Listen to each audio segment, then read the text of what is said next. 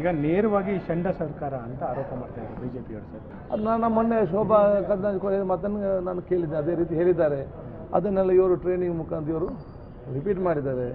ನನಗೆ ಗೊತ್ತಿಲ್ಲ ಅದಕ್ಕಾಗಿ ಶೋಭಾ ಅವರು ಮಂಗಳೂರು ಬಿಟ್ಟು ಏನಾದರೂ ಚಿಕ್ಕಮಗಳೂರು ಮತ್ತು ಬೆಂಗಳೂರು ಬಂದು ನಿಂತದ್ದ, ಅಥವಾ ದಕ್ಷಿಣ ಕನ್ನಡ ಜಿಲ್ಲೆ ಸದಾನಂದಗೌಡರು ಮುಖ್ಯಮಂತ್ರಿ ಇದ್ದಾಗ ನಮಗೆ ಇವರು ಬೇಡ ಅಂತೇಳಿ ಯಡಿಯೂರಪ್ಪ ಜೊತೆ ನಿಂತದ್ದು ಅಂತೇಳಿ ಇದೇ ಕಾರಣ ನಮಗೆ ಗೊತ್ತಿಲ್ಲ. ಅದು ಅವರೇ ಅದಕ್ಕೆ ಉತ್ತರ ಕೊಡಬೇಕಾಗ್ತದೆ. ಅದಕ್ಕಾಗಿ ಶೋಭಾ ಅವರು ಮಂಗಳೂರು ಬಿಟ್ಟು ಏನಾದರೂ ಚಿಕ್ಕಮಗಳೂರು ಮತ್ತು ಬೆಂಗಳೂರು ಬಂದು ನಿಂತದ್ದ, ಅಥವಾ ದಕ್ಷಿಣ ಕನ್ನಡ ಜಿಲ್ಲೆ ಸದಾನಂದಗೌಡರು ಮುಖ್ಯಮಂತ್ರಿ ಇದ್ದಾಗ ನಮಗೆ ಇವರು ಬೇಡ ಅಂತೇಳಿ ಯಡಿಯೂರಪ್ಪ ಜೊತೆ ನಿಂತದ್ದು ಅಂತೇಳಿ ಇದೇ ಕಾರಣ ನಮಗೆ ಗೊತ್ತಿಲ್ಲ. ಅದು ಅವರೇ ಅದಕ್ಕೆ ಉತ್ತರ ಕೊಡಬೇಕಾಗ್ತದೆ.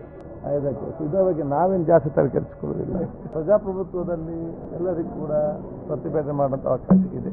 ಅದಕ್ಕೆ ಅದೊಂದು ರೀತಿ ನೀತಿ ಆಚಾರ ವಿಚಾರಗಳು ಇದೆ. ಬಹುಶಃ ಯಾವ ರೀತಿಯ ಮಾತನ್ನು ಬೆಳೆಸಿದ್ದಾರೆ, ಏಕವಚನದಲ್ಲಿ ಮಾತಾಡಿದ್ದಾರೆ, ಇದು ಅವರ ವ್ಯಕ್ತಿತ್ವ ಮತ್ತು ಅವರ ಸಂಸ್ಕೃತಿ ಅನ್ನೋದು ತೋರಿಸ್ತದೆ.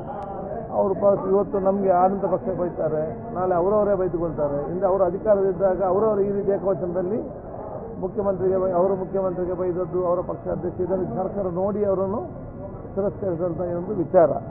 ಸೊ ಅದು ಅವರು ಅದೇ ಸಂಸ್ಕೃತಿಯಲ್ಲಿ ಬೆಳೆದು ಬಂದ ಕಾರಣ ಅದನ್ನು ಮಾಡ್ತಾರೆ. ಅದಕ್ಕೆ ನಾವು ನಿರ್ಲಕ್ಷ್ಯ ವಹಿಸ್ತೇವೆ. ಯಾಕೆಂತ ಹೇಳಿದರೆ ನಮಗೆ ಜನರು ಮುಖ್ಯ.